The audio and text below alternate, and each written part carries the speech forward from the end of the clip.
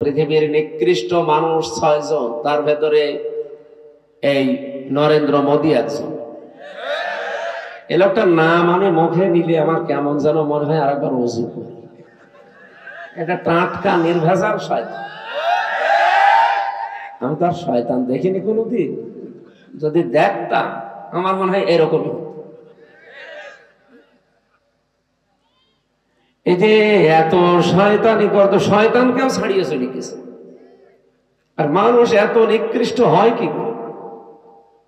আমার মনে হয় ওর সাথে যদি জানোয়ারের তুলনা দেয়, তো জানোয়ার বলবে হুজুর আপনি মাফ করেন, ওর সাথে আমার তুলনা দেবেন না, কারণ ওর চাইতে আমি ভালো।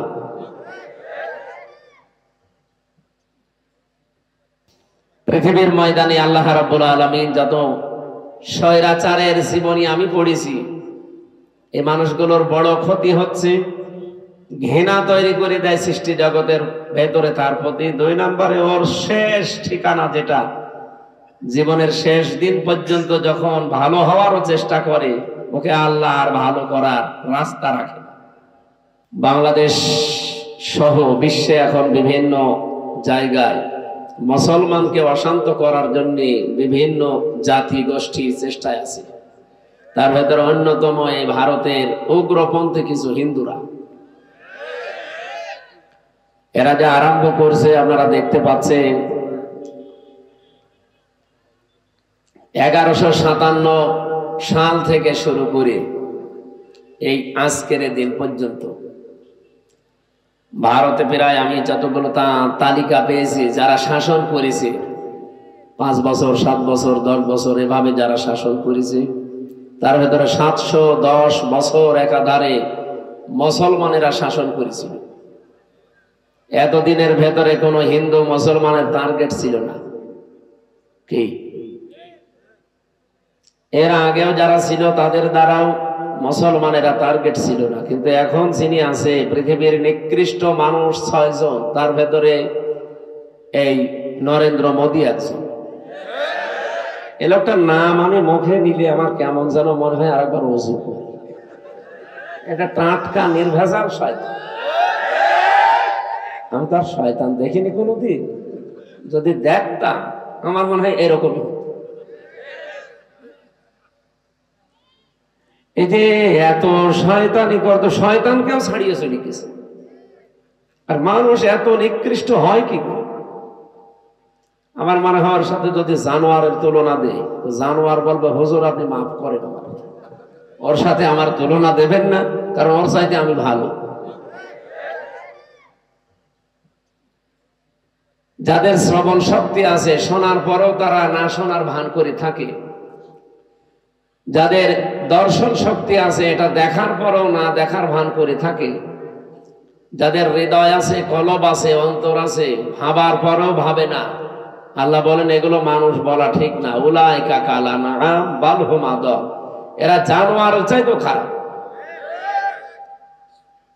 উলাইকা হুমুল গাফিলুন, এরা গাফেল।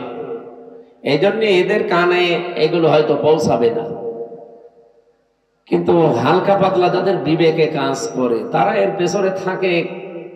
কিভাবে থাকে?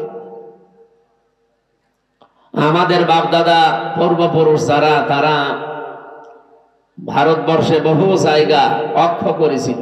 ওরা এখন এই অক্ষ আইন নতুন করে তৈরি করে মুসলমানদের এই সম্পদগুলো মসজিদের জায়গা বলে, খানকার জায়গা বলে, ঈদগার জায়গা বলে, মাদ্রাসার জায়গা বলে, সবগুলো এখন তারা দখল করে নিজেদের দখলে নিয়ে নিচ্ছে। শুধু এদের ভেতরে না, তামাম পৃথিবীতে আরো একটা নিকৃষ্ট জাতি আছে, তারা ইহুদি। 1940 সালে তাদেরকে এই যে আমাদের রোহিঙ্গাদের মতো থাকতে দিয়েছিল এই ফিলিস্তিনের ভাই বোনরা, দয়া করেছিল তাদের প্রতি। অথচ দেখেন এখন তারাই দয়ার পাত্র হয়ে গেছে। তাদেরকে নিজেদের বাড়ি ঘরকে উৎখাত করে তাড়িয়ে সেই জায়গা তারা দখলবাজি করে সব নিজেদের আয়ত্তে নিয়ে নিচ্ছে। পৃথিবীর মুসলিম শাসক যারা আছেন, 57টা মুসলিম দেশ আছে পৃথিবীতে। এটা রেকর্ড হচ্ছে, এই জন্য জানাচ্ছি। প্রত্যেকটা মুসলিম দেশের এখন উচিত তাদের ইমানের দাবি অনুযায়ী পৃথিবীর 2টা নিকৃষ্ট জাতি, ইহুদি এবং মুশরিক, তাদের বিরুদ্ধে অন্তত সোচ্চার হওয়া, যার যেখানে যা আছে যতটুকু ওইটা নিয়ে দাঁড়িয়ে যাওয়া, মোকাবেলা করা, প্রতিরোধ করা, প্রতিবাদ করা। যদি না করে, যে বিশ্বের 210 কোটি মুসলমান যে রাষ্ট্রে আছে, এরা ইমানের দাবি অনুযায়ী হলেও যদি রাস্তায় নেমে আসে না, চেয়ারে থাকতে পারবেন না। এপ্রিলের 12 তারিখে হালকা আমরা বাংলাদেশে দেখিয়েছিলাম, এই কথা বুঝেন? 12 তারিখে দেখানোর পরেই 13 তারিখে অলরেডি একটা বৈঠক হয়েছে লন্ডনে, আপনারা হালকা পাতলা জানেন। এর পরের দিন ট্রাম্পের সহকারী উপমন্ত্রী, বিশেষ করে এই সমস্ত এলাকাগুলো, এই সমস্ত দেশগুলো যার কন্ট্রোলে, সে বাংলাদেশে ইসলামপন্থী যারা আছে তাদের ভেতরে অন্যতম বাংলাদেশ জামাত ইসলামী, তাদের কেন্দ্রীয় আমিরকে ডাক দিয়ে কিছু কথা গোপনে হয়েছে, ওগুলো এখনো ফাঁস করা ঠিক না। আপনি চিন্তা করতে পারেন, ট্রাম্পের উপমন্ত্রী একজন বাংলাদেশ জামাত ইসলামী এবং ইসলামপন্থী যারা আছে তাদেরকে ডাক দিয়ে বৈঠক করে, এটা কি ভেতরে কোনো কারণই নেই নাকি? আমাদের নাম শুনলে যারা 2-3 বার করে বমি করে, আর তারা এখন ডাকতেছে। বিশ্ব দেখিয়ে দিয়েছে, বিশেষ করে এপ্রিলের 12 তারিখ বাংলাদেশ একটা ইতিহাস বানিয়েছে। এতদিন পর্যন্ত যারা এই দেশে অন্তত একটু হালকা পাতলায় আশায় ছিল যে ববু আবার আসবে, 12 তারিখের পর থেকে তাদের আশা গুড়ে বালি। এই জন্য 15 তারিখে যে মানুষগুলো ফ্যাসিস্ট ছিল, স্বৈরাচার ছিল, তাদের দোসর যারা, তারা এখন অনেকে জেলখানায় আছে, এখন অনেকে পালিয়ে আছে। জেলে 8 মাস পর্যন্ত আমরা দেখতাম তাদেরকে আদালতে তুলতে হলে জামায় আদরে নিয়ে যেত। কিন্তু গত পরশুদিন যা করেছে, পেছনে হাত বেঁধে হ্যান্ডকাপ লাগিয়ে কথা বললে চড় দেবে, এইরকম একটা দৃশ্য আমরা দেখতে পাই। তার মানে প্রশাসনে এখন বুঝতেছে যে না, ও ববুর দ্বারা আর হবে না। ববু যতই চাপাবাজি করুক না কেন, ও চাপা সব শেষ। এই জন্য এই সমস্ত মন্ত্রীদের, এমপিদের, এত বড় বড় নেতাদের সামনে প্রশাসন 2-3 হাত দূরে থাকতো, আর এখন পেছনে হাত বেঁধে চোরের মতো, ডাকাতের মতো নিয়ে যাচ্ছে। এতটুকুতে হবে না, আমার মনে হয় এদেরকে মাথায় দড়ি দিয়ে, ডান্ডা বেড়ি পরিয়ে আলেমদের সাথে যা করেছে এই 15.5 বছরে, ওদের সাথে তাই করা দরকার। কামরুল টাক কালকে দেখেছেন না কি করে হাত বেঁধে পেছনে নিয়ে যাচ্ছিল, মনে হচ্ছে যে গরু চুরি করেছে। আসলে তো এগুলো চোর ছিল। আমরা চাচ্ছি এই যে এই দেশে যারা এখন খুব বেশি বেশি বলছেন যে নির্বাচন চাই, নির্বাচন চাই, প্রত্যেকে আমরা এর পক্ষে আছি। কারণ এই দেশে যতদিন নির্বাচিত সরকার না বসবে, ততদিন পর্যন্ত অনেকের ষড়যন্ত্র বন্ধ হবে না। এটা বন্ধ করার জন্য নির্বাচিত সরকার মাস্ট বি দরকার। কিন্তু তার চাইতেও আগে দরকার যে 2732 জন মানুষ জীবন দিল, তাদের রক্তের অন্তত কিছু দেখানো। কেন তারা রক্ত দিয়ে গেল? কোনো কাজ নেই? আপনি কি মনে করেন আবু সাঈদের জীবনের কোনো দাম নেই? মুগ্ধর জীবনের কোনো দাম নেই? রায়হানের জীবনের কোনো দাম নেই? তার জীবনও আমার আপনার মতো নিজের কাছে এরকম মূল্যবান ছিল। এখানে গল্প করেন, একটা কথা বলবেন, এদিকে তাকিয়ে থাকেন।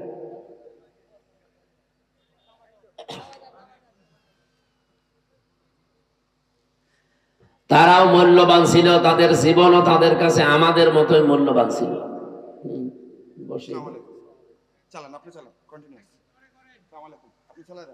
সম্মানিত ভাইরা, আমরা চাচ্ছি সবচাইতে বেশি যে মানুষগুলো এই 15.5 বছরে পৃথিবীর নিকৃষ্ট মানুষ যে 6 জনের নাম বললাম, তার ভেতরে আর একজন যিনি পালিয়েছে।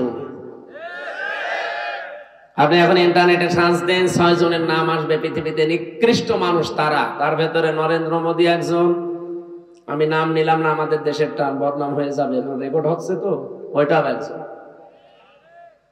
মানুষ এত খারাপ হতে পারে, এত নিচে নামতে পারে? কয়েকদিন আগে একটা ভিডিও ছেড়েছিল, হ্যাঁ দেশের মানুষ তো আমারই গালি দেয়, আমারই দোষ, আমি সব একা খেয়েছি, আর কেউ খায়নি, আমার ছোট বোন যে এত খাইলো তারে কিছু বলে না। এরপরে শব্দ আর বলা যাচ্ছে, সবগুলো খালি খায় খায় পাঠিয়েছিল। আপনি কি করেছে দেশে? আমি কয়েকদিন আগে মালয়েশিয়া, সিঙ্গাপুর, থাইল্যান্ড এই দেশগুলোতে ছিলাম। এই শয়তানরা অধিকাংশ গুলো ওই দেশগুলোতে পালিয়েছে, কিন্তু ওই সাহেব পাড়া বানিয়েছে, থাকে না। সেকেন্ড হোম যেখানে, সেখানে তালা লাগানো, থাকে হচ্ছে হোটেলে। যে হোটেলে উঠে দেখি নিচে দুইজন বসে চা খাচ্ছে। কি গো হুজুর, আমরা আগেই পালিয়েছি। পালালেন কেন? এমন কাজ কেন করা লাগবে যে অন্তত সিয়ার শেষ হলে পালানো লাগে? আর আপনি পালিয়ে হোটেলে কয়দিন থাকবেন? আপনার না 620টা বাড়ি, একটা বাড়িতেও তো থাকতে পারেন না। আপনার মাথা খারাপ হয়ে যাওয়ার কথা না যে একটা লোক 620টা বাড়ি, ও এক একটা বাড়িতে যদি 1 বছর করেও থাকে।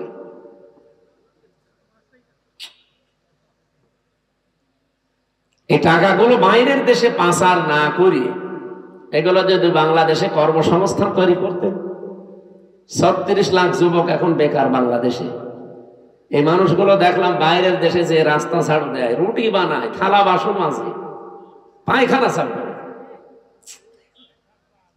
এরা দেশে টাকাগুলো পাচার না করলে এই দেশের টাকা দিয়ে সম্মানজনক কর্মজীবন তৈরি করা যেত। কিন্তু নিজেও এখন আর ভোগ করতে পারছেন না। আমাদের কপালেও আপনারা আগুন লাগিয়ে গেলেন। কি ঋণ এখন জানেন? এই দেশে এখন কেউ জন্ম নিলে 1,02,000 টাকা ঋণ তার মাথার উপরে, অথচ এগুলো সব জন্য দায়ী এই 1628 জন মানুষ মাত্র। এই 1628 জন যদি ঠিক হয়ে যেত না, এই দেশটা মালয়েশিয়ার মতো ঠিক 2004 সাল থেকে দাঁড়িয়ে যেত। মালয়েশিয়ার মতো দেশ এই বাংলাদেশের চাইতে প্রায় 5 ডবল এত বড় দেশ, অথচ এরকম সমতল ভূমি খুব কম, শুধু পাহাড় আর পাথর। এরকম একটা দেশকে মাহাথির মোহাম্মদ দাঁড় করিয়ে দিয়েছে বিশ্বের বুকে আছে। আর আমরা যে জায়গায় ছিলাম আরো নিচে নামতেছি। বলে ডিজিটাল হয়েছে। কিসের ডিজিটাল? টাল হয়ে গেছে।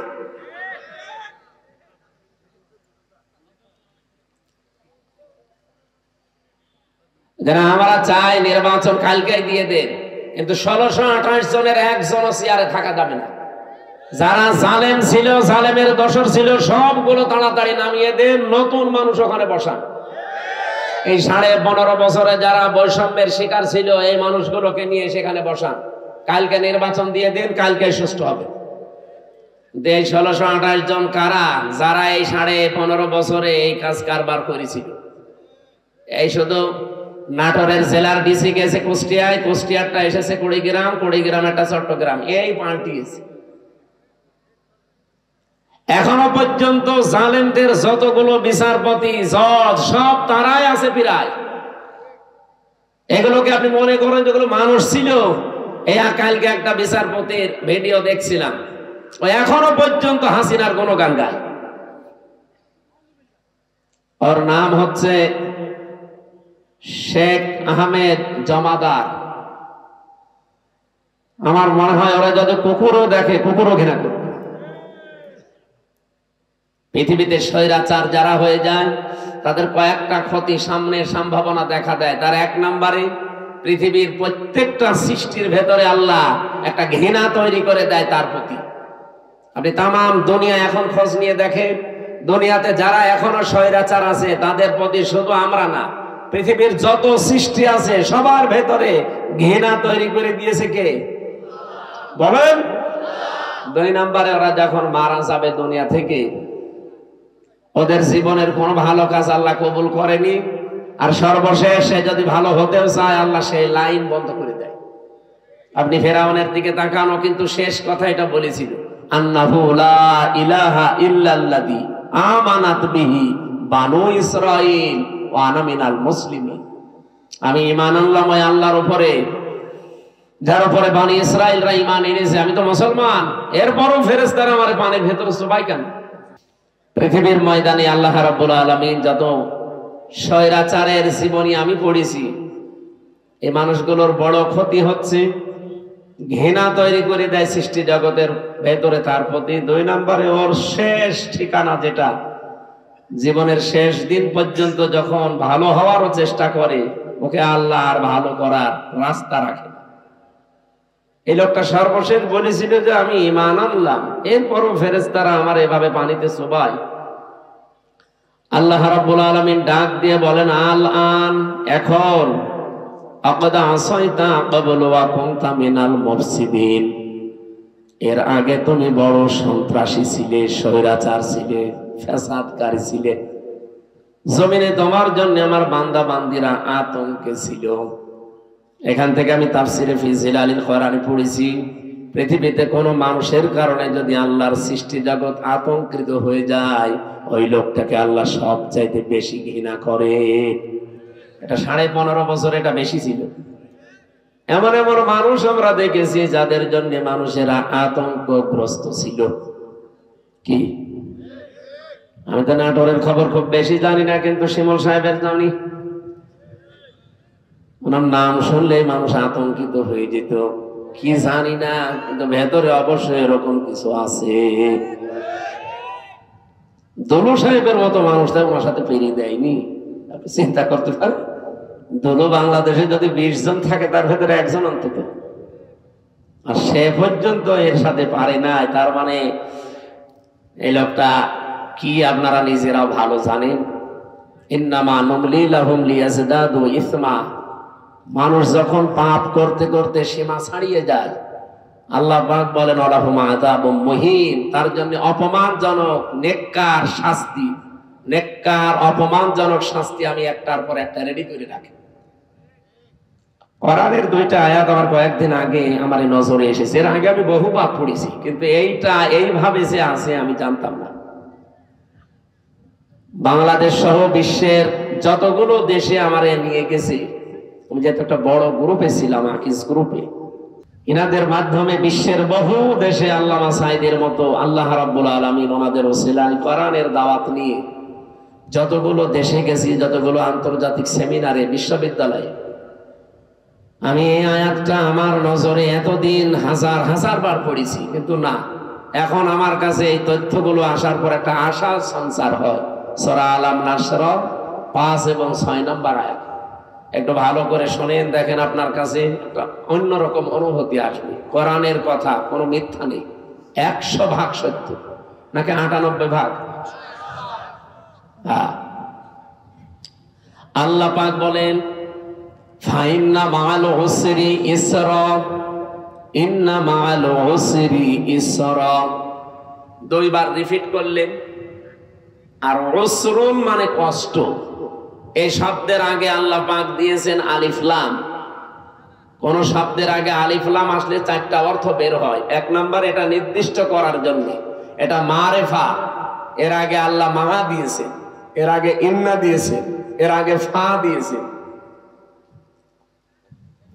তাফসীরে মুফাসসিরিন ইকরাম 42টার উপরে আমি বসে বসে মিলিয়েছিলাম যে দেখি কোনটার কি বক্তব্য আয়াতের ব্যাপারে। আমার আশ্চর্য লেগেছে। ফি জিলালিল কোরআন মুফাসসির বোঝাতে চেয়েছেন, পৃথিবীতে কোনো মানুষ যদি একটা কষ্ট সহ্য করে 3টা কারণে, এদিকে তাকান, হচ্ছে না, আপনি যদি দুনিয়ায় কষ্ট পেয়ে থাকেন একটা কারণ, কয়টা? না, 3টা। কষ্ট পেলেই হবে না, কষ্ট যদি আপনি পেয়ে থাকেন 3 কারণে। আল্লাহ কষ্টের পরে কথা বলতে গিয়েছেন ইসরা, এর আগে আলিফ লাম দেয়নি, এটা নাকেরা, অনির্দিষ্ট শব্দ। মুফাসসিরিন ইকরাম বোঝাতে চায় আল্লাহর বক্তব্য, দুনিয়াতে যদি কেউ একটা কষ্ট সহ্য করে, কমপক্ষে তার ওই কষ্টের সাথে 70টা সুখ আল্লাহ জড়িয়ে রাখে। এ পর্যন্ত আপনারা কিছুই বোঝেননি, আন্দাজে সুবহানাল্লাহ বলেছে। এবার আমি ব্যাখ্যায় দেখছি, টিকায় পড়েছিলাম, একটা কষ্ট যদি কেউ সহ্য করতে পারে দুনিয়ার এই ময়দানে, কারণ কয়টা বললাম? বলেন বলেন। 3 কারণের বাইরে যদি কষ্ট পান, তার জন্য আপনার জন্য 70টা সুখ আল্লাহ রেডি করবে না, নেই। হাসিনাও কিন্তু কষ্ট পেয়েছিল, কিন্তু এই 3 কারণের মাইরে। এবার আসেন তো, এই 3 কারণের কষ্ট আমাদের জীবনে আছে কিনা। 1 নম্বরে যদি আপনি কষ্ট পেয়ে থাকেন আল্লাহর জন্যে, 2 নম্বরে রাসূলুল্লাহর জন্যে, 3 নম্বরে মানবতার জন্যে। কষ্ট কয়টা? 3টা বলেন কেন? 1টা। কারণ কয়টা? এই 3 কারণের ভেতরে যে কোনো 1 কারণে যদি দুনিয়ায় কেউ একটা কষ্ট পেয়ে থাকে, আল্লাহ যেহেতু মারার পরে আলিফ লাম দিয়ে নির্দিষ্ট করে দিয়েছেন কষ্ট একটা, কিন্তু ইসরাটা নির্দিষ্ট নেই। কমপক্ষে 10 থেকে 70টা পর্যন্ত সুখ, শান্তি, কল্যাণ দুনিয়া আখিরাত মিলে আল্লাহ তার সাথে জড়িয়ে রাখবে। আর 15.5 বছরে আমরা যারা সত্যিই কষ্ট পেয়েছি, কেউ আল্লাহর জন্য, কেউ রাসূলুল্লাহর জন্য, কেউ মানবতার জন্য। এই কথা বললেন না? অবশ্যই এই 3 কারণের বাইরে অনেকে কষ্ট পেয়েছে, তাদেরটা আমি তাফসিরে পড়ি নাই, এজন্য বাদ। এই 3 কারণের যে কোনো একটা কারণে যদি আপনি কষ্ট পেয়ে থাকেন, আল্লাহর কসম, কোরআনের আয়াত, আল্লাহ গ্যারান্টি দিয়েছেন মাআল উসরি ইসরা, অবশ্যই দুনিয়া আখিরাত মিলে আপনাকে 70টা সুখ, শান্তি ভোগ করাবে। শুধু করাবে না, শেষে হর্ষাই আছে, করাবে। এবার যেহেতু আয়াতটা রিপিট করেছেন আল্লাহ, সিস্টেম অপর পৃষ্ঠায় দেখুন। আল্লাহ পাক বলেন, দুনিয়া থেকে যদি একটা সুখ পায় আর ওই সুখটা যদি অবৈধ হয়, আবার বলছি, আপনি যদি একটা সুখ ভোগ করেন দুনিয়ায় আর সুখটা যদি হয় অবৈধ, একটা সুখের কারণে কমপক্ষে 70টা দুঃখ, যন্ত্রণা, কষ্ট, অকল্যাণ আপনার সাথে আল্লাহ জড়িয়ে রাখবে। এবার আমি একটা একটা করে উদাহরণ বলছি। পৃথিবীতে অনেকেই কিন্তু সুখ পেয়েছে, অবৈধ সুখ, যেমন এই যে পরকীয়া প্রেম করে সুখ পায় না, না এই এলাকায় সব নেই? যারা পরকীয়া প্রেমে লিপ্ত আছেন, আপনিও সুখ পেয়েছেন, শান্তি পেয়েছেন, কিন্তু এটা কি বৈধ না অবৈধ? বলেন বলেন। এরকম অবৈধ সুখ একটা যদি ভোগ করে থাকেন, আপনাকে আল্লাহ কষ্ট দেবে, দুঃখ দেবে কয়টা? 70টা।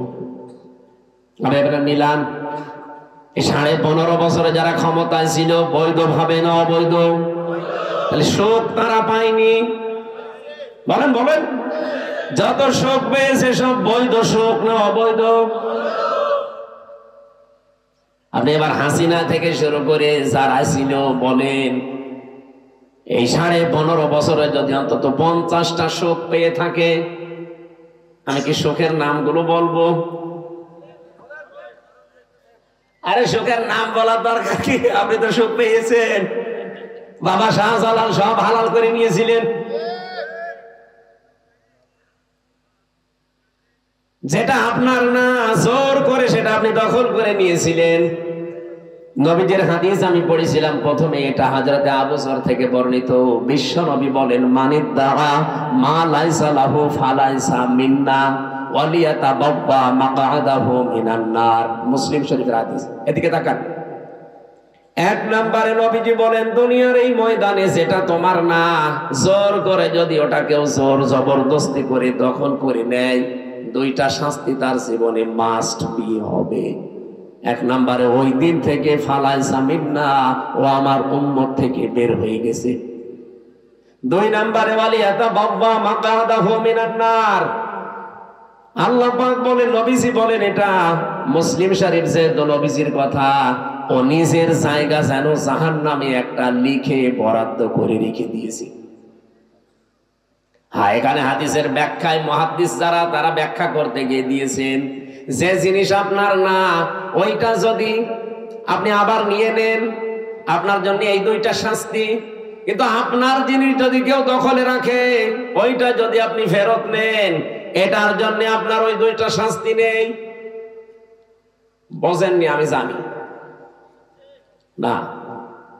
আপনার যে জিনিস দখল করে নিয়েছে একজন, আপনি যদি এখন কিছু পেয়ে ওইটা আবার নিজের আয়ত্তে নিয়ে নেন, আপনার জন্য হাদিসে বর্ণিত ওই দুইটা শাস্তির একটাও হবে না।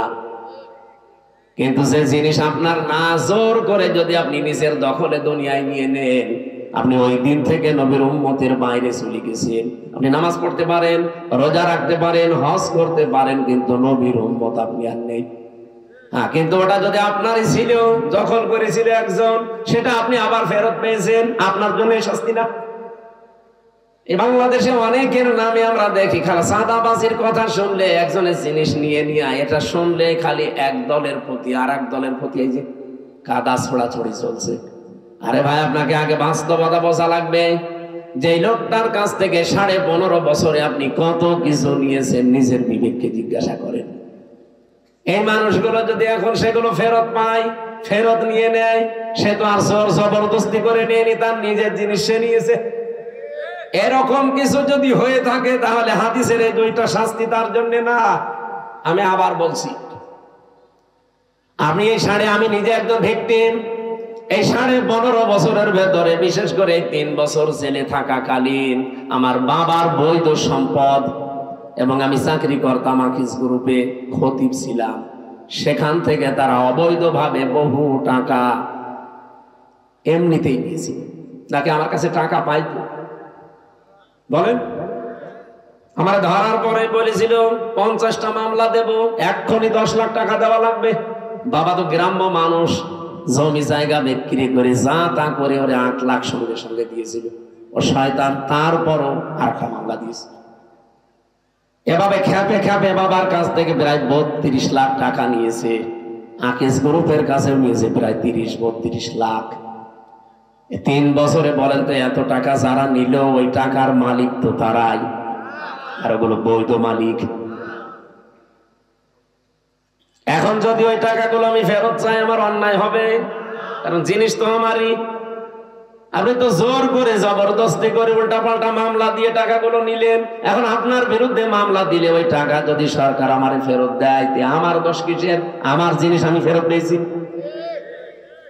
কয়েকদিন আগে যে সিরাজগঞ্জ গোল চত্বরে বসেছিলাম, তারেক জিয়া সাহেবের গ্রামে গিয়েছিলাম এক মাহফিলে, গাবতলী থানা না, ওই গ্রামে গিয়েছিলাম আগস্টের 5 তারিখের আগে।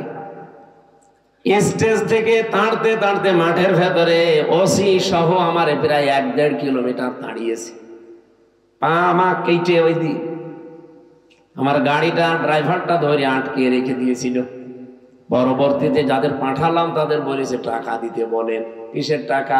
দেওয়া লাগবে। 1,13,000 টাকা গুছিয়ে দিয়েছিলাম বিভিন্ন জায়গা থেকে। ওই দিন তো আমি নিজেই পালিয়ে বেড়াচ্ছি। মে মাসের মনে হয় শেষের দিকে হবে। আগস্টের 5 তারিখের পরে সেই দেশ পরিবর্তন হয়ে গেছে, ওর নামে বিভাগীয় মামলা হয়েছে। ওর এখান থেকে পাঠিয়ে দিয়েছে কক্সবাজারের টেকনাফে। ওর বন্ধু এখানে চাকরি করে, আর একজন খোঁজ পেয়েছে যে আমার মাহফিল সিরাজগঞ্জে, ওই জায়গা থেকে চলে এসেছে। এসে আমি চা খাচ্ছিলাম, হঠাৎ করে এসে বলছো, হুজুর আসসালামু আলাইকুম, আমারে মাফ করে দেন। কে আপনি? বলছে আমি সেই ওসি আজাদ। আরে ভাই, আপনারাই খুঁজছে, এদিকে আসেন। আপনারাই খুঁজতেছি। আমি যে বেকার আমার গাড়িটা আটক করে নিয়ে এতগুলো টাকা নিলেন, আর আমার যে তাড়া দিয়েছিলেন, আমার বিভাগীয় মামলা হয়েছে, আমার চাকরি মনে হয় থাকবে না, আমারে দিয়েছে সেই বান্ধবী কক্সবাজারের টেকনাফে। আমি অনেক কষ্ট করে এসেছি আমার এই বন্ধুর মাধ্যমে খোঁজ নিয়ে, আপনি মানে মাফ করে দিন। কোনো অনুষ্ঠানে যেন অন্তত আমার নামে কিছু বললেন না। আমি কিছু বলবো না, আগে টাকা ফেরত দেন। আচ্ছা, টাকা নেই, টাকা নেই তো কিসের মাফ? 7 দিন সময় দিলাম, টাকা ফেরত দেওয়া লাগবে। আপনাদের এই নাটোরের সন্তান একজন ছিল আব্দুল বাড়ি রশিদি, এই যে সিংড়ায় বাড়ি, ওই ভাইয়ের গাড়ি আটকিয়েছিল। শেষ পর্যন্ত এখানে ডিস্টার্ব করা যাবে না, থাক, এখানে দাঁড়িয়ে থাকবে, আপনি যান, আপনি এখানে এসে বসেন তো।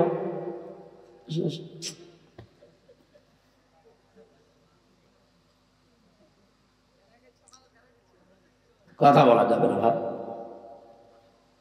ওনারে যেই বলেছি ভাই 7 দিন সময় দিলাম, টাকা ফেরত দেওয়া লাগবে, নয়তো কিন্তু আমি এখন যে ডিএমপি কমিশনার আছে সাজ্জাদ হোসেন, আমি কিন্তু জায়গা মতো বলবো, আত্মীয় আমার, হুজুর টাকা দিয়ে দেবো। 7 দিন পরে 1 লাখ টাকা ফেরত দিয়েছে। বাংলাদেশের মনে হয় এটাই প্রথম ইতিহাস যে পুলিশ টাকা ফেরত দেয়। আমি তো এর আগে পুলিশ টাকা ফেরত দেয় শুনিও নি, দেখিও নি, তা আমি অলরেডি পেয়েছি। আর 13,000 হুজুর এটা মাফ করাই লাগবে, যা তোর মিষ্টি খেতে দিলাম। হয়তো পুলিশ দাঁড়িয়ে আছে। পুলিশ কারো কাছ থেকে টাকা নিলে ফেরত দেয়, এটা প্রথম ইতিহাস। এখন ওই টাকা যে ফেরত দিল, আমি কি জোর করে নিয়েছি নাকি আমার টাকা আমি নিয়েছি বলেন? এরকম করে যারা এই 15.5 বছরে বহু টাকা বিভিন্ন জায়গায় দখল করে নিয়েছিলেন, ওই টাকা এখন আমাদের ফেরত দেন। আমি আশা করছেন কি বোঝাতে চাই আপনি বুঝেছেন। সুতরাং যারা এতদিন মাল কামিয়েছেন, বাংলায় বললাম, এ টাকাগুলো যার কাছ থেকে নিয়েছেন তার ফেরত দিয়ে দিন, নাই তো সে আপনার কাছে যে নেবে তখন তার নামে আপনি বদনাম বের করবেন। উনি জোর জবরদস্তি করে, চাঁদাবাজি করে, চাঁদাবাজি করেছে, তার জিনিস ফেরত দিয়েছে। এরকম যত জায়গায় যার জিনিস ছিল সবগুলো ফেরত দেন। ইসলামী ব্যাংক যাদের, তারা ফেরত পেয়েছে। আরো কিছু আছে, আমরা চাই সবগুলো তার ফেরত দিয়ে দেন, নিজে দুনিয়া থেকে মুক্ত হন।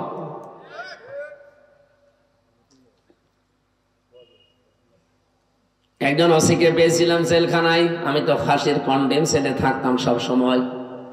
উনি আমার এসে একদিন বলছে, হুজুর আপনি তো তওবার কথা বলেন। আমি ওখানে ভেতরে ওই ভক্তিও নামাজ পড়াতাম, আমার পেছনে নামাজ পড়ার জন্য অনেকে আসত। নামাজের পরে 2-3 মিনিট করে কথা বলতাম। একদিন তাওবার বিষয়ে কথা বললে উনি আমারে বলছে, হুজুর আমি একটা তাওবা করেছি, দেখেন তো আমার তাওবা হয়েছে কিনা। কি? সেই যে নির্বাচন গেল, আমি বাইরে ছিলাম, এখন আমার 8 বছর জেল, একটা হত্যা মামলার। আমি ওই সময় রাত 12টার পর থেকে আমার লোকজন নিয়ে ভোট কাটা আরম্ভ করেছিলাম। ফজরের আজান পর্যন্ত কাম করিয়ে সব জায়গা মতো পাঠিয়ে দিয়েছি। এরপরে গোসল করার পরে ওযু করে 2 রাকাত তাওবার নামাজ পড়ে বললাম, আস্তাগফিরুল্লাহ। আমার এই তাওবা কি হয়েছে? না, আপনার ইয়ার কি হয়েছে? এটাকে তাওবা বলে? আপনি কি আল্লাহর কাছে দোষ করেছেন যে আস্তাগফিরুল্লাহ পড়ছেন? আপনি তো দোষ করেছেন হামজার কাছে। একটা এমপি বানাতে 3.5 লাখ 4 লাখ হামজা লাগে, হামজার বউ লাগে। এই কথা বলছেন না কেন? আপনি তাদেরটা নিজে সব একা দিয়ে দিলেন, আর এখন বলছেন আস্তাগফিরুল্লাহ। আপনার মাফ হতে পারে, তাওবা কবুল হতে পারে যদি বের হওয়ার পর ওই 3.5 লাখ 4 লাখ হামজার বউর কাছে যে বলবেন যে এই ভুল করে ফেলেছিলাম, আমারে মাফ করে দিন। তারা মন থেকে যদি বলে ঠিক আছে মাফ করে দিলাম, আপনি মাফ পাবেন। আর তারা যদি বলে না, কিসের মাপ, আপনাকে আমরা থাপড়াবো, প্রত্যেকে একটা করে থাপ্পড় দেবো, তাই খাবেন। কি কথা বলছেন? কারণ দুনিয়ায় বিচার যদি না হয়, কিয়ামতের দিন আল্লাহ নিজে বিচার করবে। কারণ আপনি তারা আল্লাহর হক নষ্ট করেননি, হক নষ্ট করেছেন। হক বলে ইবাদ, বান্দার হক। কিন্তু আপনার জন্য আমার আফসোস, আপনি হয়তো 8 বছর জেল খাটার পরে বের হয়ে যাবেন, বের হয়ে দেখবেন অনেক হামজা দুনিয়া থেকে মারা গেছে। কি? অনেক হামজার বউ দুনিয়ায় নেই, তারাও মারা গেছে। আপনি তাদের কাছে মাফ চাবেন কি করে?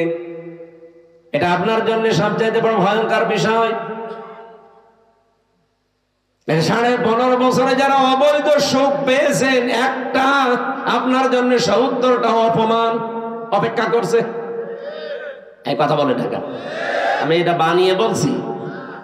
সূরা আলাম নাসরা 5 এবং 6 নম্বর আয়াত বাড়ি যে মিলিয়ে দেখবেন এই কথাগুলো আছে। দুনিয়াতে যদি কেউ অবৈধ একটা সুখ ভোগ করে থাকেন, মাস্ট বি তার জীবনে কমপক্ষে 70টা অকল্যাণ, দুঃখ, কষ্ট আমার আল্লাহ এর সাথে সাথে রেডি করে রেখেছেন। এই জন্য আল্লাহ মার পরেই দিয়েছেন ওযর। আল্লাহ মাটা না দিলে অর্থ হয়ে যেত ইন্নাল উসরি ইসরা, অর্থ হয়ে যেত। কেন আল্লাহ ইন্নার পরে মা দিলেন? আমি চিন্তা ভাবনা করে কোরআন পড়ি, আন্দাজে কোনো বিষয় আমার ভেতরে যায় না, আমি পড়িও না ওইভাবে যে আমি পড়িয়েই যাব, আন্দাজে না, যে কোনো শব্দ নিয়ে আমি চেষ্টা করি এর একেবারে নিচে যাওয়ার। আমার এই ছোট্ট মাথার ভেতরে এখন এই গবেষণাটা এসেছে, দুনিয়ায় যদি কেউ একটা অবৈধ সুখ ভোগ করে থাকেন, আল্লাহ পাক দুনিয়া আখিরাত মিলে আপনাকে অপমান করবে কমপক্ষে 70টা। এতদিন যারা এগুলো ভোগ করেছেন, বলেন তো এই 15.5 বছরে যদি 50টা সুখ ভোগ করে থাকেন, তাহলে এক একটা 70টা হলে 50টা সুখ ভোগ করলে কতগুলো অপমান? হ্যাঁ, 350, 3,500, 3,500 দুঃখ কষ্ট অপমান ও কল্যাণ আপনার দুনিয়াতে আখেরাতে মিলে আল্লাহ দান করবে। তারপরে চট করে ঢুকে পড়বেন, অবশ্যই এখনই চট করে চলে আসবে। আরে ভাই, এতগুলো দুঃখ আপনি কে নেবে? আপনার কি, আপনার তো বাবা নেই, বাবা কি ভোগ করবে? আপনার জীবনে ভোগ করা লাগবে। এক একটা সুখ ভোগ করার কারণে কি সুখে ছিলেন এবার নিজে মিলান। 15.5 বছরে যারা সুখ পেয়েছেন, একটা অবৈধ সুখের কারণে 70টা করে কষ্ট আপনার পেছনে লেগে আছে। এই জন্য মা আছে, যারা আরবি গ্রামার বোঝাতে জিজ্ঞাসা করেন। আমি আবার বলছি, দুনিয়াতে সত্যি যদি আমরা কেউ আল্লাহর জন্য কষ্ট পেয়ে থাকি, মানবতার জন্য কষ্ট পেয়ে থাকি, রাসূলুল্লাহর জন্য কষ্ট পেয়ে থাকি, একটা কষ্টের জন্য কমপক্ষে দুনিয়া আখিরাতে 70টা সুখ আল্লাহ রেডি করে রেখেছে। এই জন্য আমরা আশায় বুক বাঁধি, যত কষ্ট এই দেশের মানুষেরা আল্লাহর জন্য, রাসূলুল্লাহর জন্য, ইসলামের জন্য, মানবতার জন্য সহ্য করেছি, আগামীর এই দেশ আমার আল্লাহ অবশ্যই অবশ্যই কোরআনের হাতে দেবেন। কোরআনে কারীম দিয়ে যদি এই দেশটা চলে, এর ভেতরে 500 আয়াত আছে শরীয়তের বিধান, 6,666টি আয়াতের মাত্র এই 500 বিধান যদি দেশে রাষ্ট্রীয়ভাবে কায়েম হয়ে যায়, আপনি দেখবেন এই দেশটা একটা মিনি জান্নাত হয়ে গেছে। মরণের পরে জান্নাত পাওয়া যাবে সেটা তো অনেক পরে। প্রতিদিন যে দোয়া করেন, রব্বানা আতিনা ফিদ দুনিয়া হাসানা ওয়া ফিল আখিরাতি হাসানা ওয়া কিনা আযাবান নার, আল্লাহ দুনিয়া দাও আগে, এরপরে আখিরাত দিও। কেউ কি আগে বলে আখিরাত দিও তারপরে দুনিয়া দিও? বলে কেউ? কেউ বলে না। আর আল্লাহ ওইভাবে শেখানো নি, উনি শিখিয়েছেন ধারাবাহিক। কাবা শরীফে গিয়ে দেখলাম রকনি আমিনি থেকে শুরু করে হজরে আসওয়াদ, এই জায়গাটা লক্ষ লক্ষ হাজিরা যাবার সময় এই আয়াতটা পড়ছে, রব্বানা আতিনা ফিদ দুনিয়া হাসানা ওয়া ফিল আখিরাতি হাসানা ওয়া কিনা আযাবান নার। বলেন আমিন। দুনিয়ায় আগে শান্তি দরকার। দুনিয়ায় শান্তি, স্বস্তি, নিরাপত্তা যদি সত্যি আমরা পেতে চাই, এটার বিকল্প দুনিয়ায় কিচ্ছু নেই।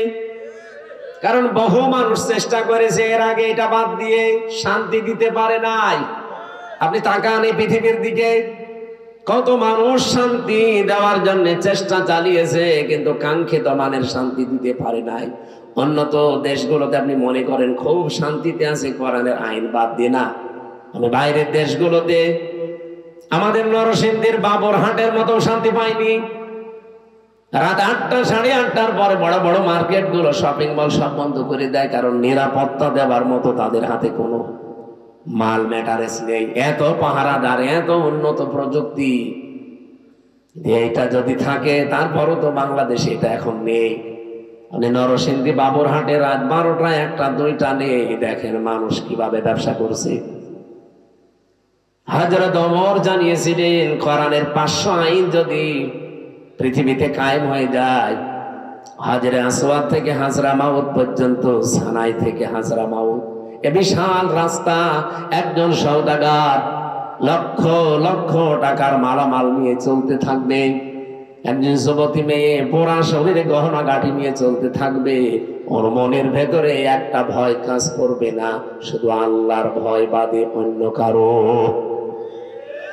আমরা তো ওই রকম পরিবার চাই, ওই রকম সমাজ চাই, ওই রকম দেশ চাই। টেকনাফ থেকে তেতুলিয়া পর্যন্ত একজন মানুষ লক্ষ লক্ষ টাকা নিয়ে আসবে, ওর মনের ভেতরে চিন্তার ভয় থাকবে না, চুরির ভয় থাকবে না, কোনো ডাকাতির ভয় থাকবে না, একটা ভয় থাকবে কার? বলেন বলেন। মিনি জান্নাত হয়ে যাবে দেশটা। ওই দৃশ্যটা আমরা চোখে দেখতে চাই। জীবনে প্রতিদিন আমার মনে হয় এই দোয়াটা আমি অন্তত যে কোনো একবার করি, আল্লাহ পৃথিবীতে কিছুই যদি তোমার কাছে কবুল না হয়, 3টা বছর বিনা কারণে জালেমদের জিন্দানখানায় বন্দী ছিলাম, কষ্ট তো কম বেশি পেয়েছি, ওরা আর আমাদেরকে আরো বেশি কষ্ট দিয়েছে। আমি তারেক জিয়া সাহেবের পিএস জনাব মিয়া নুরউদ্দিন অপু ভাই, ওনার বন্ধু গিয়াসউদ্দিন মামুন ভাই, এই 2 জনের সাথে আর আল্লামা মামুনুল হক, এই 4 জন আমরা পাশাপাশি ছিলাম 3 বছরে। মিয়া নুরউদ্দিন অপু ভাই আর মামুনুল হক, এই 2 জনের যে স্যাক্রিফাইস আমার প্রতি আমি জীবনও বলতে পারবো না। এই জন্য যেখানে যাই আমি অপু ভাইয়ের জন্য, মামুন ভাইয়ের জন্য, মামুনুল হকের জন্য আগে দোয়া করি নেই, আল্লাহ পাক দুনিয়া আখিরাতে তাদের যেন উত্তম পুরস্কার দান করেন। বহু কষ্ট হয়েছে লোকগুলো বিনা কারণে, বিশেষ করে অপু ভাইয়ের মতো মানুষ। এখন পরিবর্তন হয়ে গেছে যতটুকু, কি কষ্ট দিত এই মানুষগুলো। 24 ঘন্টা সিসি ক্যামেরা লাগিয়ে, 2 জন পাহারাদার আমাদের 4 জনের জন্য আলাদা বসানো, 24 ঘন্টা তালা লাগানো, ফাঁসির কন্ডেম ছেলে। মনে হচ্ছে আমরা কি করেছি। খালি ওনাদের তারেক জিয়ার সাথে সম্পর্ক আর আমাদের ইসলামের সাথে সম্পর্ক, এই তাছাড়া আমার কি দোষ পেয়েছিল বলে? আমারে মামলা দিয়েছে, আমি নাকি আনসারুল্লাহ বাংলা টিমের প্রধান, কি অসাতা আমি জানি। সেই ভুয়া মামলা দিয়ে 3 বছর রেখে দিল। আরে জেলে দিলেও তো থাকা যায় না, ডরে তো জেলখানা। জেলা কারাগার গুলোতে থাকা আর বাড়িতে থাকা প্রায় সমান, কিন্তু আমাদের রেখেছিল হাই সিকিউরিটি জেলে, ফাঁসির সেল, কন্ডেম সেল, ওর ভেতরে আবার 24 ঘন্টা তালা লাগানো। কিছু পড়তেও দিত। একবার কারারক্ষী দেবদুল্লাহ বললাম যে স্যার একটা বই নিয়ে এসে দিতে পারেন না? হুজুর আমার সুন্দর সুন্দর বই আছে, একটা নিয়ে দেব। এসে দেখি দিয়েছে বঙ্গবন্ধুর আত্মজীবনী। এটা পড়ে করবো কি? না, অনেক জ্ঞান আছে এর ভেতরে, পড়েছিলাম। ওরাটা কি করবো, কোনো বই নেই তো, সারাদিন সারা রাত ওই বই। কয়েকদিন পরে থেকে আবার দায়িত্বে এসেছে, বললাম যে ওই বই শেষ হয়ে গেছে, আর একটা ভালো বই নিয়ে এসে দিন। এবার নিয়ে এসে বঙ্গবন্ধুর ছেলেবেলা। আপনি আর বই পান না? ওখানে বঙ্গবন্ধু কর্নারে শুধু এই বই আছে। পরের দিন আর একটা বই দিল, বঙ্গবন্ধুর চীন সফর। রাগ করে বললাম আপনি আর কোন বই নিয়ে আসবেন?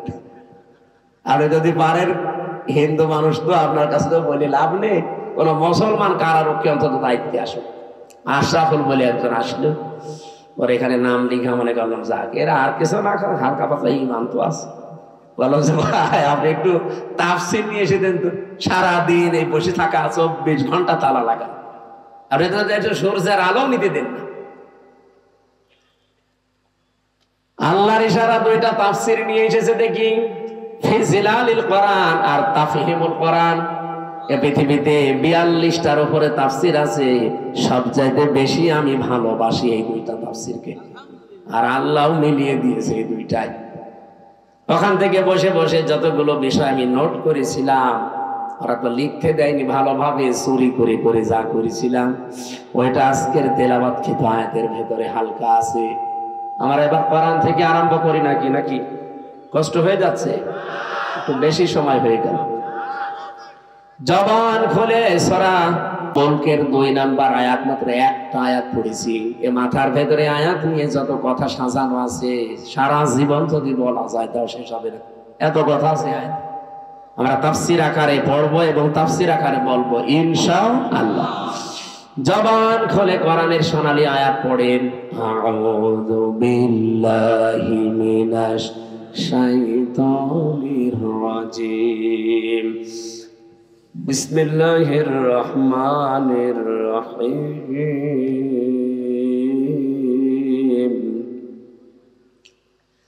الذي خلق الموت والحياة ليبلوكم أيكم أحسن আমালা ওয়াহুয়াল আজিজুল গফুর।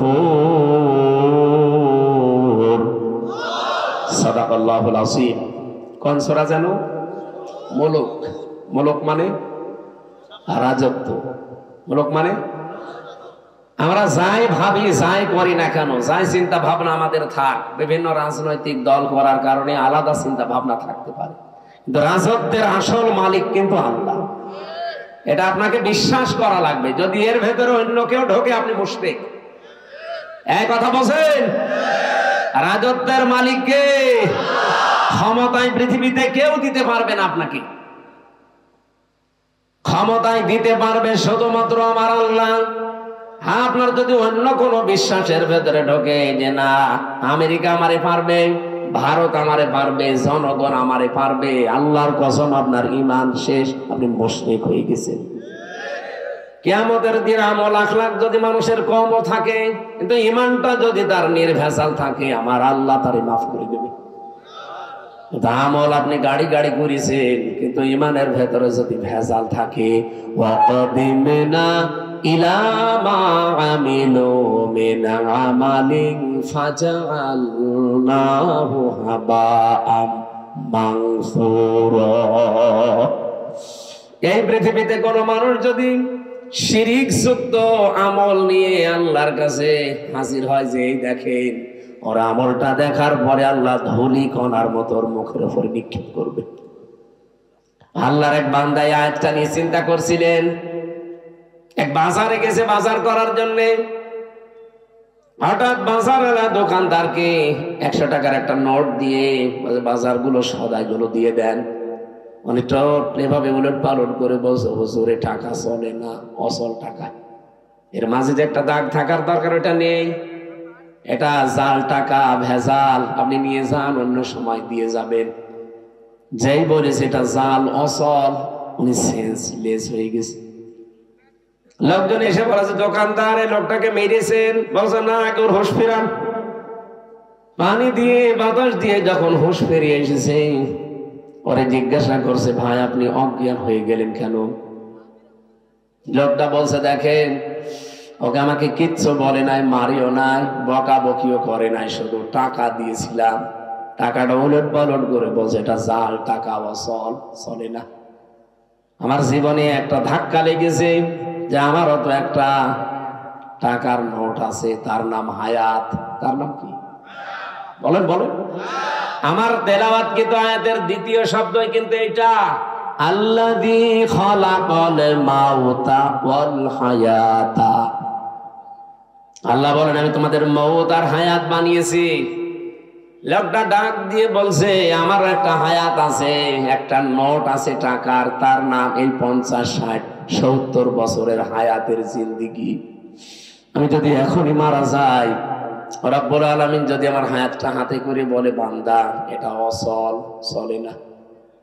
এর ভেতরে শিরিকের কিছু দেখতে পাচ্ছি, এর ভেতরে মানুষ ঠকানো আমল দেখতে পাচ্ছি। এইরকম ভেজাল আমল দিয়ে, এরকম ভেজাল জীবন দিয়ে আমার জান্নাতে যাওয়া যাবে না।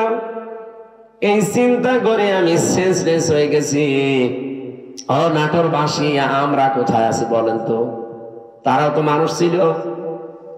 কুল্লু নাফসিন যায়িকাতুল মাউত ওয়া ইন্নামা তুওয়াফাউনা উজুরাকুম ইয়াউমাল কিয়ামাহ। সূরা আলে ইমরান 4 নাম্বার পারা 13 নাম্বার পৃষ্ঠা 13 নাম্বার লাইনের 185 নাম্বার আয়াতের প্রথম অংশে আছে। এটা তাফসীর ইবনে কাসিরে পাবেন। রব্বুল আলামিন বলেন প্রত্যেকেই কিন্তু মারা যাবে। এই এদিকে তাকান। এখানে যারা আমরা আছি খুব বেশি হলো আর 60 বছর, 70 বছর, খুব বেশি হলো 100 বছর পরে একজনও থাকবেন না। নতুন মানুষ এই জায়গায় এসে জমি চাষ করবে, কথা বলেন না কেন? তার মানে 100 বছর পরে আমরা যারা এখানে আছি নারী পুরুষ সবাই কবরের বাসিন্দা। মাত্র 100 বছর।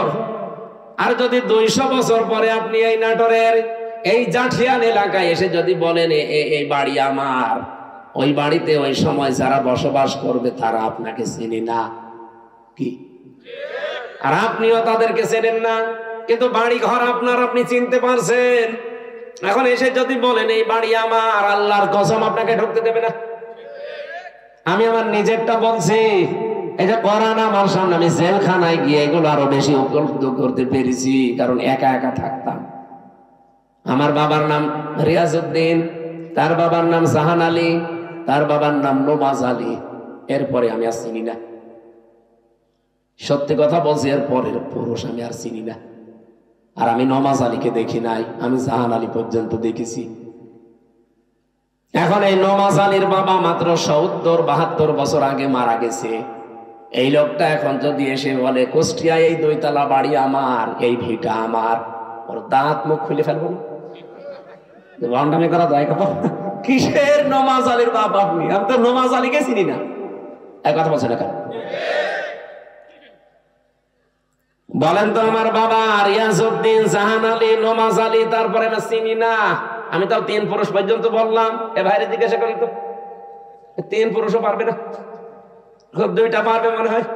তাহলে ওনার 3 পুরুষের আগে 4 নাম্বারটা যদি এখন এসে নাটোরে ওনার বাড়িতে বলে যে এটা তো আমার বাড়ি ছিল, আমি এখানে থাকতে চাই, কসম আল্লাহর যত বড় দাড়ি হোক, ও বাড়ি উঠতে দেবে না। বলো আপনার জায়গা না থাকলে মসজিদে থাকেন, সকালবেলা চলে যেন।